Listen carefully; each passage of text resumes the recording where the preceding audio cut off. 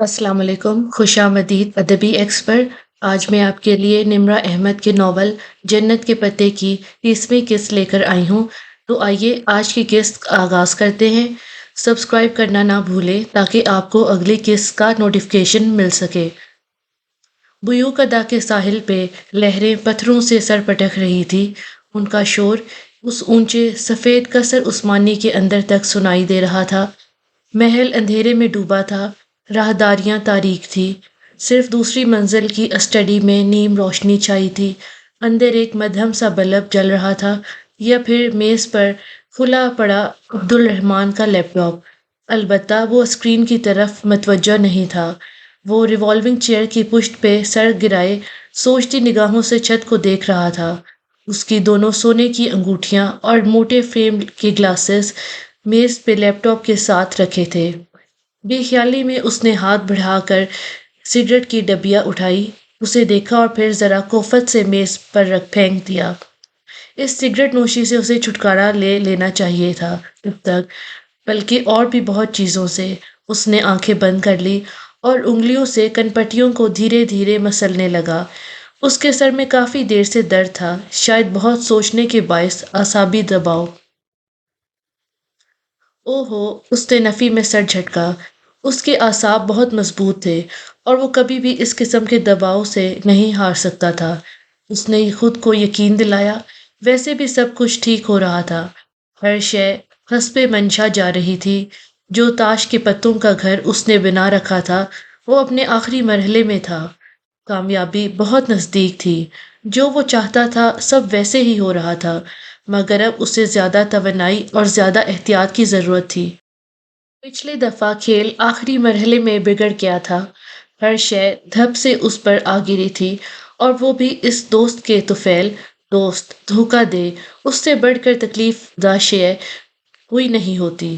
کچھ پل کے لیے وہ اذیت ناک دن اس کی آنکھوں کے سامنے لہرائے تھے۔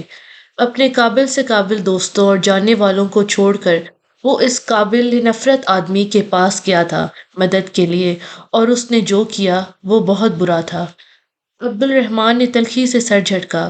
اس وقت کم از کم وہ اس واقعے اور اس شخص کو یاد نہیں کرنا چاہتا تھا جس نے اس کی پیٹھ پر چھرا کھونپا تھا۔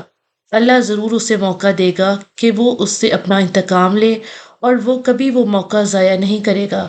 اس نے قسم کھا رکھی تھی، مگر اس وقت اسے وہ سب بھلا کر ان مواقع پر توجہ مرکوز رکھنی تھی جو اس کے سامنے تھے۔ عبد الرحمن نے کبھی موقعوں کا انتظار نہیں کیا تھا، اس نے موقع ہمیشہ خود پیدا کیے تھے اور پھر اپنے کام نکلوائے تھے۔ اب بھی وہ یہی کر رہا تھا، مگر اس سب سے پہلے اسے اس چھوٹے سے مسئلے کو پایا تکمیل تک پہنچانا تھا جو 4-5 ماہ قبل اس نے خود کھڑا کیا تھا۔ وہ کہ ہر چیز ویسے نہیں ہوئی تھی جیسے اس نے سوچا تھا۔ بڑی غلطی ہوئی اس نے ہاشم پر اعتبار کر کے، مگر پھر بھی اس سب کا اختتام ویسا ہی ہوگا جیسے اس نے سوچا تھا، جیسے اس نے پلان کیا تھا، جیسے دیمت فردوس نے مشورہ دیا تھا۔ ایک اتفاقیہ موقع اسے مزید پیدا کرنا تھا۔ اس نے میز پر رکھا اپنا فون اٹھایا اور فون بک کھولی۔ وہ نمبرز کبھی لوگوں کے اصل نام سے محفوظ نہیں کرتا تھا۔ یہ نمبر بھی اس نے ایکسچینج اسٹوڈنٹ کے نام سے محفوظ کر رکھا تھا۔ کچھ سوچتے ہوئے وہ اس نمبر پر میسج لکھنے لگا۔ 26 مئی سے سبانجی میں امتحانات کا موسم چھا گیا۔ اس کھٹس موسم کو 9 جون تک جاری رہنا تھا۔ ٹوکسم کا مجسمہ، استقلال جدیسی کے چکر، جواہر کی شاپنگ اور پزل باکس کی پہیلیاں، اسے سب بھول گیا تھا۔ ادالار میں رکنے کے باعث ہونے والا نقصان تو وہ پورا کر چکی تھی، مگر یہاں صرف پاس نہیں ہونا تھا بلکہ ڈسٹنکشن لینی تھی۔ اس کا رزلٹ برا ہوا تو پاکستانی ایکسچینج اسٹوڈنٹ کی ناکامی ہوگی، اور رزلٹ اچھا آیا تو پاکستانی ایکسچینج اسٹوڈنٹ کی کامیابی ہوگی۔ وہ حیا سلیمان کو بھلا کر صرف اور صرف پاکستانی ایکسچینج اسٹوڈنٹ رہ گئی تھی۔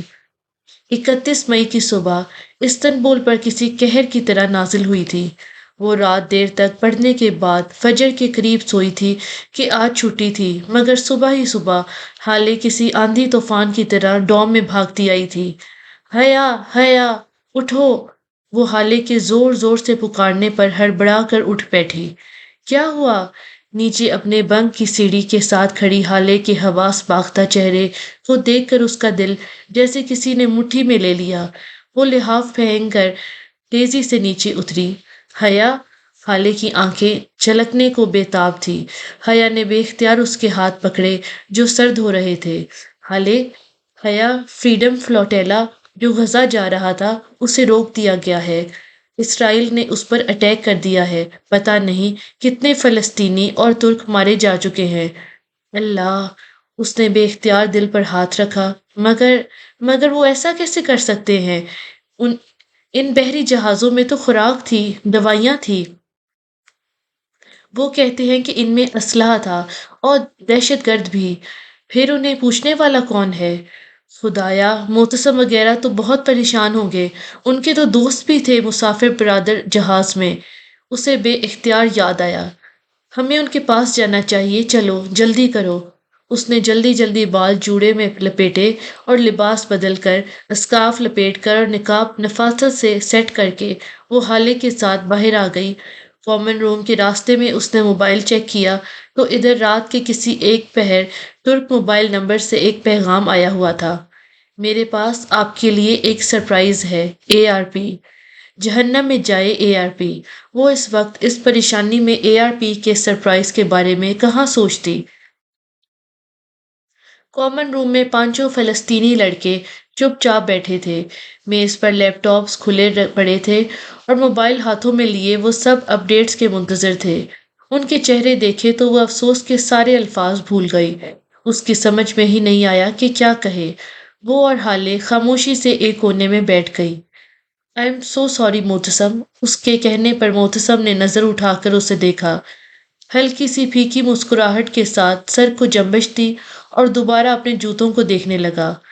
وہ اس کی تکلیف محسوس کر سکتی تھی، بلکہ نہیں، وہ کیسے محسوس کر سکتی تھی سوائے اس کے کہ وہ خود کو ان کی جگہ پہ رکھے۔ وہ تصور کر کے اس نے لمحے بھر کو آنکھیں۔ اگر خدا نخواستہ اسلام آباد میں جنگ جاری ہو، پورا شہر اپنے گھروں میں محصور ہو، اس کے گھر والے بیمار اور زخمی ہوں، اور پھر وہ ادھر ترکی سے ایک فلوٹیلا انہیں دوائیاں اور خوراک بھیجے، مگر وہ فلوٹیلا کراچی کے ساحل پہ روک لیا جائے، اس میں سوار کچھ لوگوں کو مار دیا جائے اور اس کے گھر والے تڑپتے رہیں۔ ہاں، اس نے تکلیف سے آنکھیں کھولی۔ اب وہ محسوس کر سکتی تھی، جب تک اپنے ملک اور اپنے گھر پر بات نہ آئے، کسی دوسرے کا درد محسوس ہی نہیں ہوتا۔ کامن روم کا دروازہ کھلا تو ٹالی اندر داخل ہوئی۔ حیا اور حالے نے ایک دم اسے دیکھا اور پھر ایک دوسرے کو۔ ٹالی چلتی ہوئی سامنے آئی۔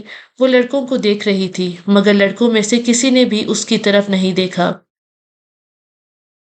معتصم، کیا ہم بات کر سکتے ہیں؟ معتصم اپنے جوتوں کو دیکھتا رہا۔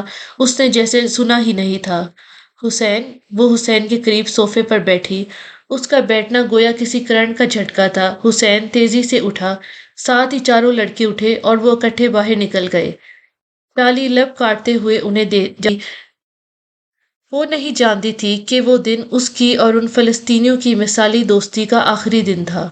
ان کے نکلتے ہی دوسری طرف سے لطیف کمرے میں داخل ہوا۔ آہٹ پر ٹالی اور ان دونوں کے گردن موڑ کر دیکھا۔ لطیف نے جینز پر سفید ٹی شرٹ پہن رکھی تھی، جس پر کالے مارکر سے نمایاں کر کے لکھا تھا، شیم آن یو اسرائیل۔ ٹالی نے وہ تحریر پڑھی، اس کے چہرے کا رنگ بدل گیا۔ حالے زیر لب مسکرائی اور حیا کو دیکھا، اور وہ بھی جواباً مسکرائی۔ ٹالی، ٹرسٹ می، یہ صرف لطیف ہاتھ اٹھا کر اب بہت ہی دھیمے انداز میں ٹالی کو سمجھا رہا تھا۔ اس کی یہ تحریر صرف اسرائیلی حکومت اور اسرائیلی فوج کے لیے تھی۔ اسے ٹالی سے کوئی مسئلہ نہیں تھا اور نہ ہی وہ اس سے ناراض تھا۔ ٹالی پھیکی مسکراہٹ کے ساتھ سر ہلاتے ہوئے سمجھنے والے انداز میں سنتی رہی۔ لطیف کیتھولک تھا، ڈچ تھا، وہ یہ سب کہہ سکتا تھا، مگر فلسطینیوں کی بات اور تھی۔ جو انہوں نے کیا حالے اور حیا کو بالکل۔ وہ ماتم کا دن تھا، کیونکہ یونیورسٹی میں سارے کام معمول کے مطابق ہو رہے تھے، مگر در و دیوار پہ چھایا سوگ اور اذیت دل کو کاٹتی تھی۔ سمجھ میں نہیں آتا تھا کہ کیا کرے، کس سے انصاف مانگے۔ ہٹلر کہتا تھا، میں چاہتا تو تمام یہودیوں کو مار دیتا، مگر میں نے بہت سو کو چھوڑ دیا تاکہ دنیا جان سکے کہ میں نے ان کے بھائی بندوں کو کیوں مارا تھا۔ اور اس جیسی بہت سی دوسری کہاوتیں اسٹوڈنٹس اپنی اپنی شرٹس پر لکھ کر پہنے گھوم رہے تھے۔ وہ اور ہالے بھی سارا دن سناٹے میں ڈوبی راہداریوں میں بے مقصد چلتی رہی تھی۔ پاکستان میں اپنے لاؤنج میں بیٹھے ریموٹ ہاتھ میں پکڑے ٹی وی پر فریڈم فلوٹیلا کی خبر دیکھنا اور افسوس کر کے چینل بدل لینا اور بات تھی، مگر ترکی میں رہ کر اس ساری اذیت و تکلیف کا حصہ بننا دوسری بات تھی۔ وہ اینکر پرسن طلعت حسین کا شو کبھی بھی نہیں دیکھتی تھی، مگر یہ بات کہ وہ بھی ان سینکڑوں لوگوں کے ساتھ قید تھے بہت دل دکھانے والا تھا۔ وہ 6 جہاز تھے، 3 کارگو اور 3 مسافر برادر، یہ سب مختلف جگہوں سے آ کر مرمرہ میں ایک مقام پر اکٹھے ہوئے تھے۔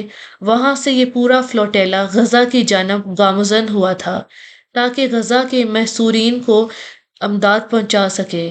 جب فلوٹیلا غزہ کے قریب پہنچا تو اسرائیلی فوج نے جہازوں پر حملہ کر دیا، کتنے ہی لوگ شہید کر دیے اور باقی سب قید۔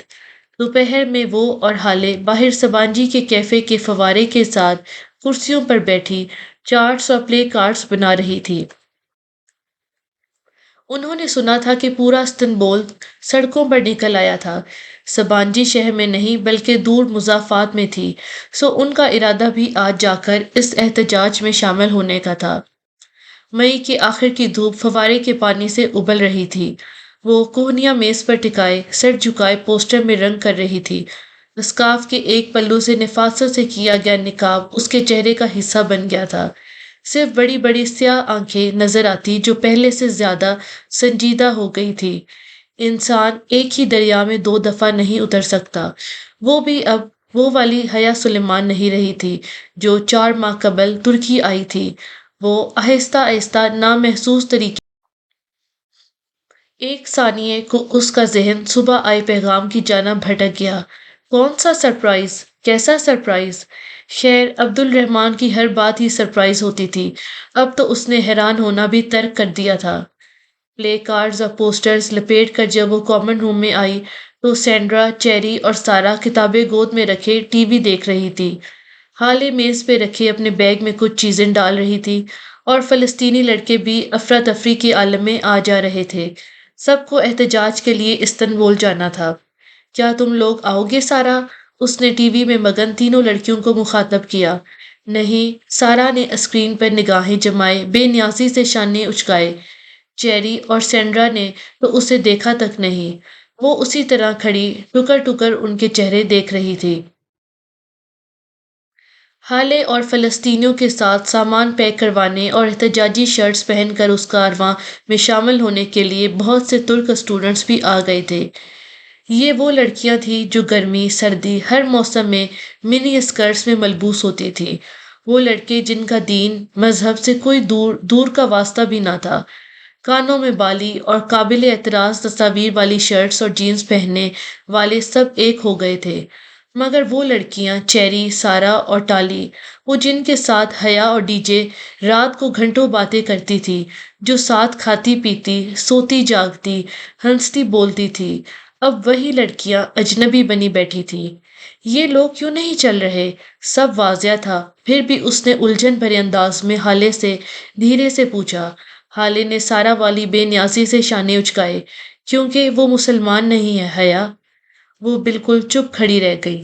ان 4 ماہ میں انہیں ترک، پاکستانی، فلسطینی، نارویجن، ڈچ، چائنیز، اسرائیل اور ایسی ہی درجنوں تفریقات میں بانٹا گیا تھا، مگر آج قومیت کے سارے فرق مٹ گئے تھے۔ یہودی، عیسائی، بدھسٹ سب ایک طرف ہو گئے تھے اور وہ بھی کن سرابوں کے پیچھے دوڑا کرتی تھی، اسے بھی کن لوگوں کا لباس، کن کا رہن سہن اچھا لگتا تھا۔ انجم باجی اور جاوید بھائی سمیت وہ سب جب ٹاکسم پہ پہنچے تو وہ 5 منٹ کے لیے معذرت کر کے تیزی سے استقلال اسٹریٹ کی طرف چلی آئی۔ اسے جہان کو بھی اپنے ساتھ لینا تھا، جتنے زیادہ مسلمان ہوں اتنا بہتر تھا۔ برگر کنگ پر معمول کی گہما گہمی تھی۔ وہ ریسٹورنٹ کی میزوں سے ہٹ کر اندر جانے والے دروازے میں داخل ہو گئی۔ کچن میں ایک ترک لڑکی اور ایک نیا لڑکا کام کر رہے تھے، دونوں شیف تھے۔ سلام، جہان کہاں ہے؟ اس نے ارد گرد نگاہیں دوڑاتے ہوئے وہ ابھی تو یہیں تھا، گوشت کاٹ رہا تھا۔ اب شاید لڑکے نے مڑ کر ایک دوسرے دروازے کی طرف دیکھا، شاید ڈریسنگ روم میں ہو یا باتھ روم میں۔ اسی پل ڈریسنگ روم کا دروازہ کھلا، حیا نے بے اختیار گردن موڑ کر دیکھا۔ جہان اندر داخل ہو رہا تھا، یوں کہ سر جھکائے وہ آنکھوں کو انگلیوں سے رگڑ رہا تھا۔ جہان، اس نے پکارا تو جہان نے چونک کر گردن اٹھائی۔ اس کی آنکھیں بھیگی اور سرخ سی ہو رہی تھی۔ وہ بامشکل مسکرایا اور سلیب کی طرف آیا۔ السلام علیکم، تم کب آئی؟ وہ اس سے نظر ملائے بغیر گردن جھکا کر گوشت کی ٹرے اٹھانے لگا۔ ابھی تم ٹھیک ہو؟ وہ بغور اس کا چہرہ دیکھ کر رہی تھی۔ ہاں، بس پیاز کاٹنے سے آنکھوں میں تھوڑی جلن ہو رہی تھی تو ابھی منہ دھونے گیا تھا۔ اتنی لمبی وضاحت، وہ بھی جہان دے؟ اور پیاز؟ اس نے ارد گرد دیکھا، پیاز تو کہیں نہیں تھی۔ وہ ہم اسٹریٹ پروٹیسٹ کے لیے جا رہے ہیں، فریڈم فلوٹیلا پر حملے کے خلاف۔ تم چلو گے؟ پروٹیسٹ کیوں؟ ان بحری جہازوں میں اسلحہ نہیں تھا؟ پروٹیسٹ کیوں؟ ان بحری جہازوں میں اسلحہ نہیں تھا؟ اسلحہ نہیں جہان، ان میں دوا اور خوراک تھی۔ اس نے اچنبے سے جہان کو دیکھا۔ کیا وہ اتنا بے خبر تھا؟ یہ تو تم کہہ رہی ہو، اسلحہ نہ ہوتا تو اسرائیلی کیوں روکتے اسے؟ وہ لاپرواہی سے کہتے ہوئے گوشت کے قطلے کھٹا کھٹ کاٹ رہا تھا۔ جہان، کیا تمہیں لگتا ہے کہ ان کو کسی وجہ کی ضرورت ہے؟ یہ ان کی آپس کی جنگ ہے حیا۔ یہ فلسطینی بھی اتنے سیدھے نہیں ہوتے۔ یہ جہاد وغیرہ کچھ نہیں ہوتا، سب دہشت گردی کی قسمیں ہیں۔ ہو سکتا ہے کہ فلوٹیلا کو واقعی ناجائز روکا گیا ہو، مگر ہمیں فلسطینیوں سے زیادہ فلسطینی بننے کی ضرورت نہیں۔ یہ ہمارا مسئلہ نہیں ہے۔ جہان، یہ کیسے ہمارا مسئلہ نہیں ہے؟ ہمارے ریجن کو ہماری ضرورت ہے۔ ہمارا ریجن ہمارے پیدا ہونے سے پہلے بھی تھا اور ہمارے مرنے کے بعد بھی رہے گا۔ اسے ہماری قطع ضرورت نہیں ہے۔ اور پلیز، تم اس محمد بن قاسم ایرا کے رومانس سے نکل آؤ۔ وہ بہت بیزاری سے گردن جھکائے کام کرتے ہوئے کہہ رہا تھا۔ یہ کیسا جہاد ہے کہ بوڑھے ماں باپ کو چھوڑ کر بندوق اٹھائے نکل پڑو؟ جہاد تو وہ ہوتا ہے جو ایک آدمی اپنے گھر والوں کے لیے مشقت کر کے روز کماتا ہے، جو میں کرتا ہوں، جو اس ریسٹورنٹ میں میرے ورکرز کرتے ہیں۔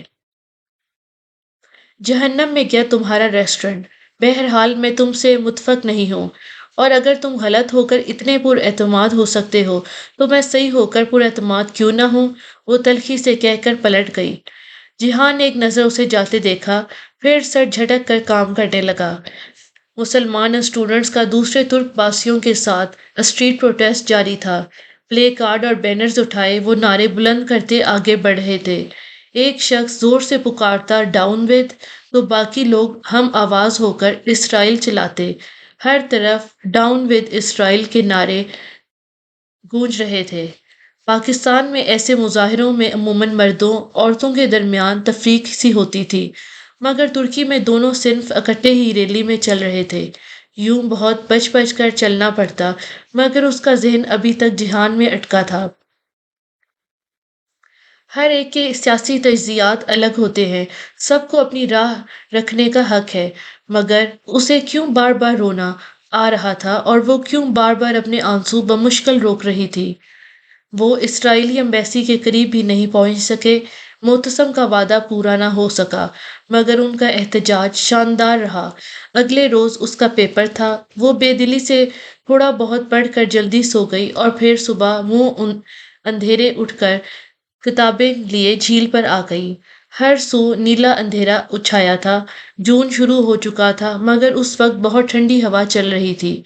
گرمی صرف دن میں ہوا کرتی تھی۔ وہ پانی میں پاؤں ڈال کر بیٹھ گئی اور گھٹنوں پہ کتاب رکھ لی۔ ہوا کے باعث شال سر سے پھسل کر گردن کی پشت پہ جا ٹھہری۔ دور دور تک کوئی نہ تھا، وہ وہاں اکیلی تھی۔ رونا تو اسے رات سے ہی آ رہا تھا، مگر اب اس میں شدت آ گئی تھی۔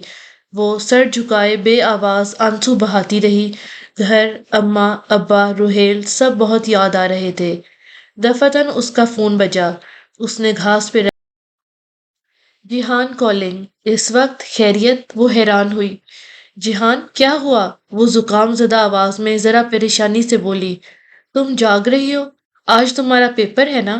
ہاں میں جھیل پہ ہوں، تم کہاں ہو؟ ایک کام سے قریب میں آیا تھا، بس تم رکو میں آ رہا ہوں۔ حیا نے موبائل بند کیا اور ہتھیلی کی پشت سے آنسو رگڑے۔ اس نے اپنی پوری زندگی میں اتنا غیر متوقع ہیلو چند ہی منٹ بعد اس کے ساتھ آ بیٹھا تھا۔ اس نے دھیرے سے سر اٹھا کر دیکھا۔ جینز اور چاکلیٹ کلر ٹی شرٹ میں وہ بہت تر و تازہ لگ رہا تھا۔ تم اتنی صبح کیسے؟ تم اتنی صبح کیسے؟ یہاں مجھے قریب میں پہنچنا تھا 7 بجے تک۔ سوچا جلدی آ جاؤں تاکہ پہلے تم سے مل لوں۔ مجھے لگا تم کل مجھ سے ذرا ناراض ہو گئی تھی۔ وہ اسی کے انداز میں اکڑو بیٹھا، اب جھیل کے پانی کو دیکھتے ہوئے کہہ رہا تھا۔ وہ بھی پانی ہی کو دیکھ رہی تھی۔ نہیں ایسی تو کوئی بات نہیں۔ چند لمحے خاموشی کی نظر ہو گئے۔ حیا ایک بات کہوں؟ کبھی بھی اپنے قرابت داروں سے ان کے پولیٹیکل ویوز کے باعث ناراض نہیں ہوتے۔ وہ بہت نرمی سے دھیمے انداز میں سمجھا رہا تھا۔ وہ گردن مڑ کر اسے دیکھنے لگی۔ اسے کچھ یاد آیا تھا۔ ہر شخص کے رویے کی کوئی نہ کوئی وجہ ضرور ہوتی ہے۔ میں نے تمہیں کہا تھا نا کہ جب تک آپ کسی دوسرے کی جگہ پہ کھڑے ہو کر نہیں دیکھتے، آپ کی سمجھ میں پوری بات نہیں آ سکتی۔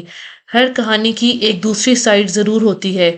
اس نے چہرہ موڑ کر حیا کو دیکھا۔ یوں ہی وہ فوراً نگاہ چرا کر پانی کو دیکھنے لگی۔ بس گھر یاد آ رہا تھا۔ صبر کر لو، انسان کو ہمیشہ اتنی ہی تکلیف ملتی ہے جتنی وہ سہ سکے، اور اگر وہ نہ سہنا چاہے، آخر کیوں انسان کو سہنا پڑتا ہے سب کچھ؟ زندگی آسان کیوں نہیں ہوتی جہان؟ اس کی آنکھیں پھر سے بھیگ گئی۔ وہ ابھی تک پانی کو دیکھ رہی تھی جو چمک رہا تھا، جیسے نیلے آسمان پہ چاندی کے ڈھال کی طرح۔ چاند سے قطرہ قطرہ چاندی۔ ابھی تمہاری اسٹوڈنٹ لائف ہے، اسے جتنا انجوائے کر سکتی ہو کرو، کیونکہ اس کے بعد زندگی اپنا نقاب اتار پھینکتی ہے اور چیزیں بہت مشکل ہو جاتی ہیں۔ میرے ساتھ بھی تمہاری زندگی مشکل ہو جائے گی۔ تم کرو گی مجھ سے شادی؟ لمحے بھر کو چاندی کی تہ جھیل کی سطح سے پھیل کر سارے سبزہ زار پر چڑھتی گئی۔ وہ ہر شے کو چاندی بنا گئی اور وہ دونوں بھی چاندی کے مجسمے بنے رہ گئے، چمکتے ہوئے سلور مجسمے۔ ہماری شادی ہو نہیں چکی؟ وہ تو ہمارے بڑوں نے کی تھی۔ اب فیصلہ ہمارے ہاتھ میں ہے۔ تم مجھے جانتی ہو، میں کوئی ہر وقت ہنستا مسکراتا آدمی نہیں ہوں۔ میں جانتا ہوں میں بعض دفعہ بہت سخت ہو جاتا ہوں اور تب تمہیں میں بہت برا لگتا ہوں۔ مجھے پتا ہے، مگر میں ایسا ہی ہوں۔ کیا تم میرے ساتھ ساری زندگی رہ لو گی؟ وہ بہت سنجیدگی سے پوچھ رہا تھا۔ حیا نے دھیرے سے شانے اچکائے۔ اس طرح ہوں۔ اللہ نہ کرے جو ہم یہاں رہے۔ وہ ایک دم بالکل غیر ارادی طور پہ چونک کر بولا۔ چاندی کے دوسرے مجسمے نے حیرت سے اسے دیکھا۔ کیوں؟ یوں ہی کہہ رہا تھا۔ پہلے مجسمے نے گردن موڑ لی۔ تمہیں پھپھو نے کب بتایا کہ ہم؟ وہ بات ادھوری چھوڑ گئی۔ وہ کیوں بتاتی؟ میں اس وقت 8 سال کا تھا، اور مجھے ہمیشہ سے پتا تھا۔ میں سمجھی تھی کہ تمہیں نہیں پتا۔ بے اختیار اس نے زبان دانتوں تلے دبائی۔ زبان بھی چاندی بن چکی تھی۔ تمہیں کیا لگتا ہے میں ہر کسی سے معذرت کرنے آ جاتا ہوں یا ہر لڑکی کو ڈنر کے لیے لے جاتا ہوں؟ وہ ذرا خفگی سے اس معذرت کا حوالہ دینے لگا جو اس نے اس کا جنجر بریڈ ہاؤس توڑا تھا۔ تم میری بیوی ہو اور میرے لیے بہت خاص ہو۔ بس میرے کچھ مسئلے ہیں، وہ ٹھیک ہو جائیں تو ہم اپنی زندگی شروع کریں گے۔ چاندی کی تہ اب سبزہ زار کے دہانوں سے پھیلتی ڈوم بلاکس پہ چھاتی جا رہی تھی۔ پوری دنیا زمین بنتا جا رہا تھا۔ حیا ہمارے بہت مسئلے رہے ہیں، مگر میری ماں، ہم انہیں ٹھیک کر لیں گے۔ وہ زخمی انداز سے مسکرایا۔ ہم ہمیشہ سے ساتھ مل کر اپنے مسئلے ٹھیک کرتے آئے ہیں۔ ہم نے بھی ہیں بہت دکھ اٹھائے ہیں۔ میری مگر میری ماں بہت مضبوط عورت ہے، بہت نڈر، بہت بہادر۔ انہوں نے ساری زندگی بوتیکس کے لیے کپڑے سیکھ کر مجھے کسی قابل بنایا ہے، اور وہ اب بھی یہ کام کرتی ہے۔ مگر انہوں نے تمہیں نہیں بتایا ہوگا، وہ اپنے مسئلے کسی سے بیان نہیں کرتی۔ میں چاہتا ہوں کہ تم بھی اتنی ہی مضبوط اور بہادر بن جاؤ۔ وجی مجسمہ اٹھ کھڑا ہوا تو چاندی کا خول چٹکا۔ سبزہ پہ چڑھے ورق میں دراڑیں پڑ گئی۔ میں چلتا ہوں، تم اچھا سا ایگزام دو اور اگر لندن چلنے کا موڈ ہو تو بتانا۔ ایک دھیمی مسکان وہ جانے کے لیے مڑ گیا۔ وہ بھیگی آنکھوں اور نیم مسکان سے اسے جاتے دیکھتی رہی۔ چاندنی کے ٹکڑے ٹوٹ ٹوٹ کر چاند اب سرخ نارنجی روشنی کے نقطوں میں ڈر کر بادلوں کی اوٹ میں تیرنے لگا تھا۔ فسوں ختم ہو چکا تھا، حقیقی دن کا آغاز ہو چکا تھا۔ یہ تھی جنت کے پتے کی 30ویں قسط۔ اگر آپ کو پسند آئی تو لائک کریں، کمنٹس میں اپنی رائے دیں اور دوستوں کے ساتھ شیئر کریں۔ اگلی قسط تک سبسکرائب کرنا مت بھولیں۔ خوش رہیں، خوش سنیں۔